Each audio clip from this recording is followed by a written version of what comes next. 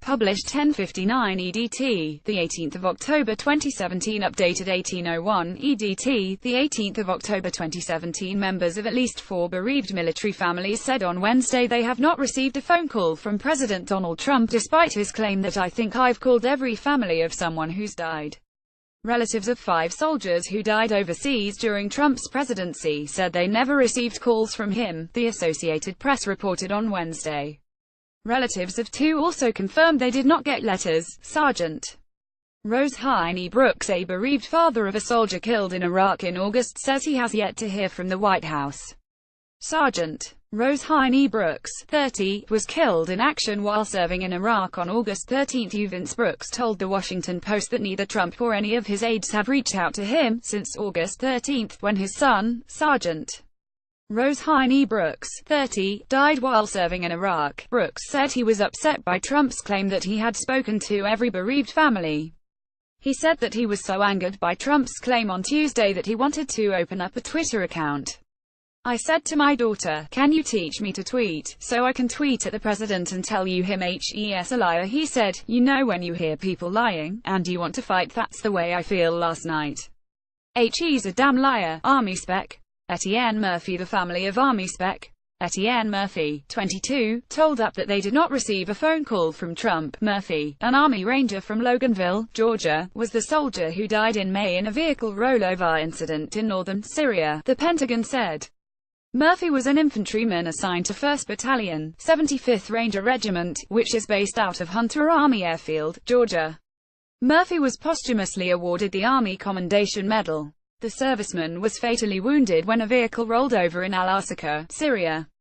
The U.S. has hundreds of troops and advisors in Syria in various roles, assisting local allies in the fight against the Islamic State group. Army Spec Etienne Murphy, 22, was the soldier who died in May in a vehicle rollover incident in northern Syria. Soldiers from the 75th Ranger Regiment, to which Murphy was assigned, and Marine artillery units have been establishing fire bases to attack Islamic State targets in and around Raqqa, the headquarters of the terror group's headquarters. After her son died, Sheila Murphy says she got no call or letter from Trump, even as she waited months for his condolences and wrote him that "some days I don't want to live. Because it was non-combat. I feel like maybe he thought it was an accident. It doesn't matter," she said, "but my son was in Syria." She says an Army casualty officer told her she would receive a letter from the White House, but none came. So she wrote a letter to the president. "It wasn't a mean letter," she said. "I was telling him I know he's a grandfather.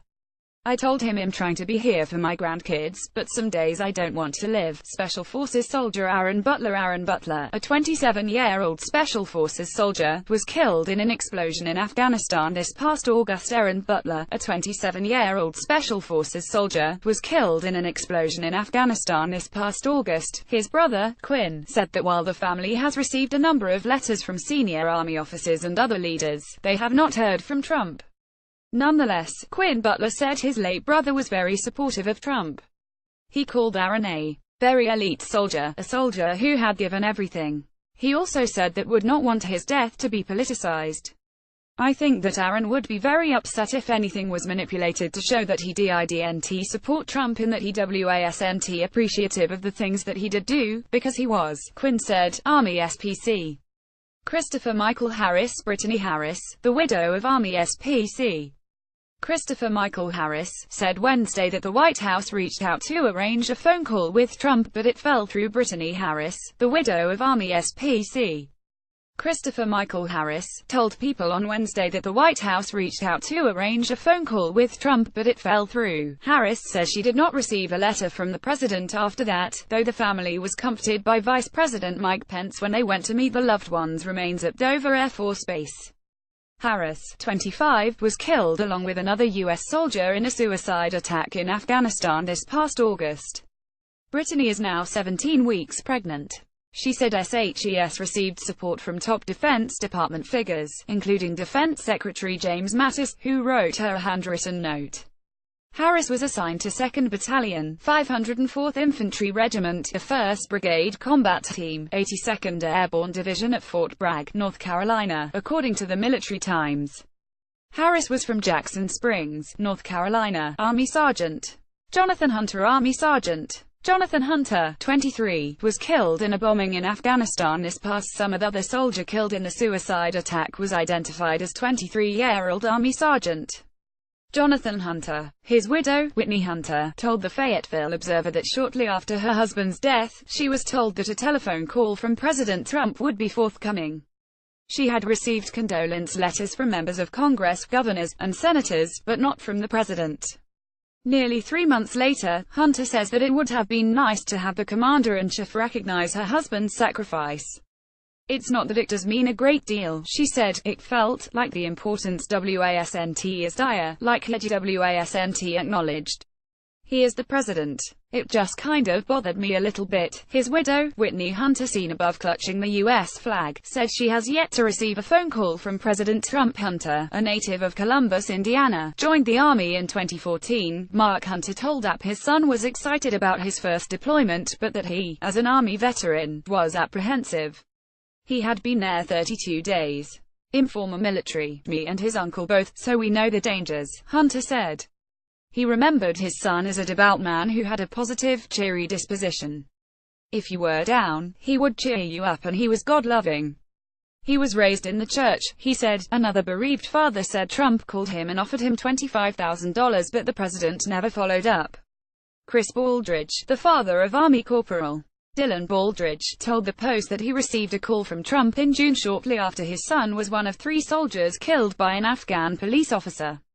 During the 15-minute conversation, the president offered to send a check for $25,000, but so far it has not arrived, according to Baldridge. Instead, all he received was a condolence letter. "I opened it up and read it, and I was hoping to see a check in there, to be honest," the father said. "I know it was kind of far-fetched thinking. But I was like, damn, no check. Just a letter saying I'm sorry." The mother of an Army sergeant killed in Niger said Wednesday that Trump, in a call offering condolences, showed disrespect to the soldiers' loved ones as they drove to the airport to meet his body. Chris Baldridge, the father of Army Corporal Dylan Baldridge above, who was killed in Afghanistan in June, says the president offered him $25,000, but it never came. Trump, engulfed in controversy over the appropriate way for presidents to show compassion for slain soldiers, strongly disputed that account. Sergeant David Johnson was one of 4 American military personnel killed nearly 2 weeks ago whose families had not heard from Trump until Tuesday. Rep. Frederica Wilson said that Trump told the widow that Johnson knew what he signed up for. The Florida Democrat said she was in the car with the widow, Myshia Johnson, on the way to Miami International Airport to meet the body when Trump called. David Johnson's mother, Kaunda Jones Johnson, told the Associated Press on Wednesday that the Congresswoman's account was correct. "Yes, the statement is true," Jones Johnson said. "I was in the car and I heard the full conversation."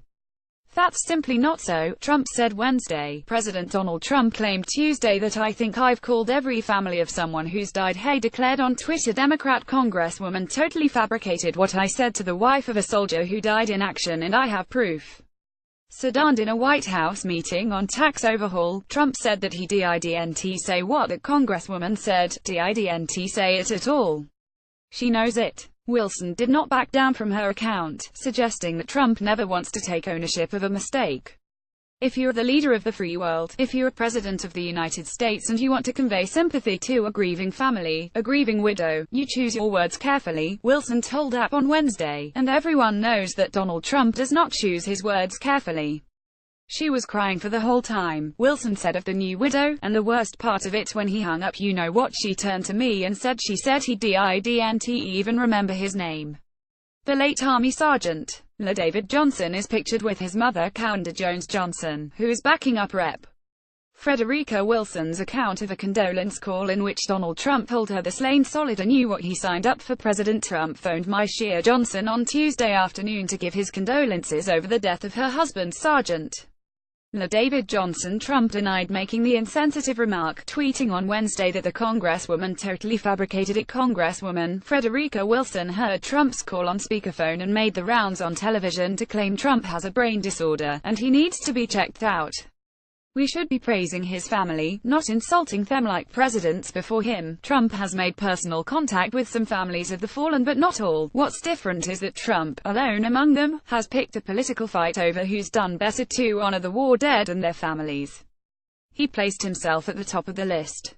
Proof is plentiful that Barack Obama and George W. Bush, saddled with far more combat casualties than the roughly 2 dozen so far under Trump, took painstaking steps to right, call, or meet bereaved military families. Trump called Wilson a liar, telling reporters at the White House, "I didn't say what that Congresswoman said, didn't say it at all. She knows it." Asked what the proof was that he tweeted about Trump dared Wilson to repeat her claim. "Let her make her statement again and then you'll find out." In contrast, Trump called to comfort Eddie and Aldine Lee about 10 days after their Army son was killed in an explosion while on patrol in Iraq in April. "Lovely young man," Trump said, according to Aldine. "She thought that was a beautiful word to hear about her boy, lovely." Cowanda Jones-Johnson told the reporter that President Trump did disrespect my son and my daughter, and also me and my husband. Trump's delay in publicly discussing the men lost at Niger did not appear to be extraordinary, judging from past examples, but his politicization of the matter is. He went so far Tuesday as to cite the death of Chief of Staff John Kelly's son in Afghanistan to question whether Obama had properly honored the war dead. Kelly was a Marine general under Obama when his Marine son Robert died in 2010. "You could ask General Kelly, did he get a call from Obama?" Trump said on Fox News Radio. A White House official said later that Obama did not call Kelly but not respond to questions whether some other sort of outreach was made. Kelly, who was absent from a pair of public White House events on Tuesday, was sitting near the president in his tax meeting on Wednesday but did not address reporters. Democrats and some former government officials were livid, accusing Trump of inane cruelty and a sick game. Democratic Senator Tammy Duckworth of Illinois, an Iraq veteran who lost both legs when her helicopter was attacked, said, "I just wish that this commander-in-chief would stop using Gold Star families as pawns in whatever sick game he's trying to play here." For their part, Gold Star families, which have lost members in wartime, told AP of acts of intimate kindness from Obama and Bush when those commanders-in-chief consoled them. Trump initially claimed that only he among presidents made sure to call families. "Obama may have done so on occasion," he said, "but other presidents did not call." He equivocated Tuesday as the record made plain that his characterization was false. Calling into The View, Wilson said Trump is a liar and challenged him to produce a recording of his phone call with Johnson & Johnson, who is expecting the couple's third baby in January. Later sobbed as she leaned over her husband's coffin. "I don't know," he said of past calls. But he said his own practice was to call all families of the war dead. But that hasn't happened. No White House protocol demands that presidents speak or meet with the families of Americans killed in action, an impossible task in a war's bloodiest stages. But they often do. Sergeant David Johnson, 25, was among the 4 U.S. troops who were killed in Niger nearly 2 weeks ago during an ambush. Altogether, some 6,900 Americans have been killed in overseas wars since the September 11, 2001, attacks, the overwhelming majority under Bush and Obama. Despite the much heavier toll on his watch, more than 800 dead each year from 2004 through 2007, Bush wrote to all bereaved military families and met or spoke with hundreds if not thousands, said his spokesman, Freddie Ford. Veterans groups said they had no quarrel with how presidents have recognized the fallen of their families. "I don't think there is any president I know of who hasn't called families," said Rick Weidman, co-founder and executive director of Vietnam Veterans of America. President Obama called often and President Bush called often. They also made regular visits to Walter Reed and Bethesda Medical Center, going in the evenings and on Saturdays. Trump feuded with one Gold Star family during last year's campaign, assailing the parents of slain Army Captain Humayun Khan, who died in Iraq in 2004, after they criticized him from the stage at the Democratic National Convention.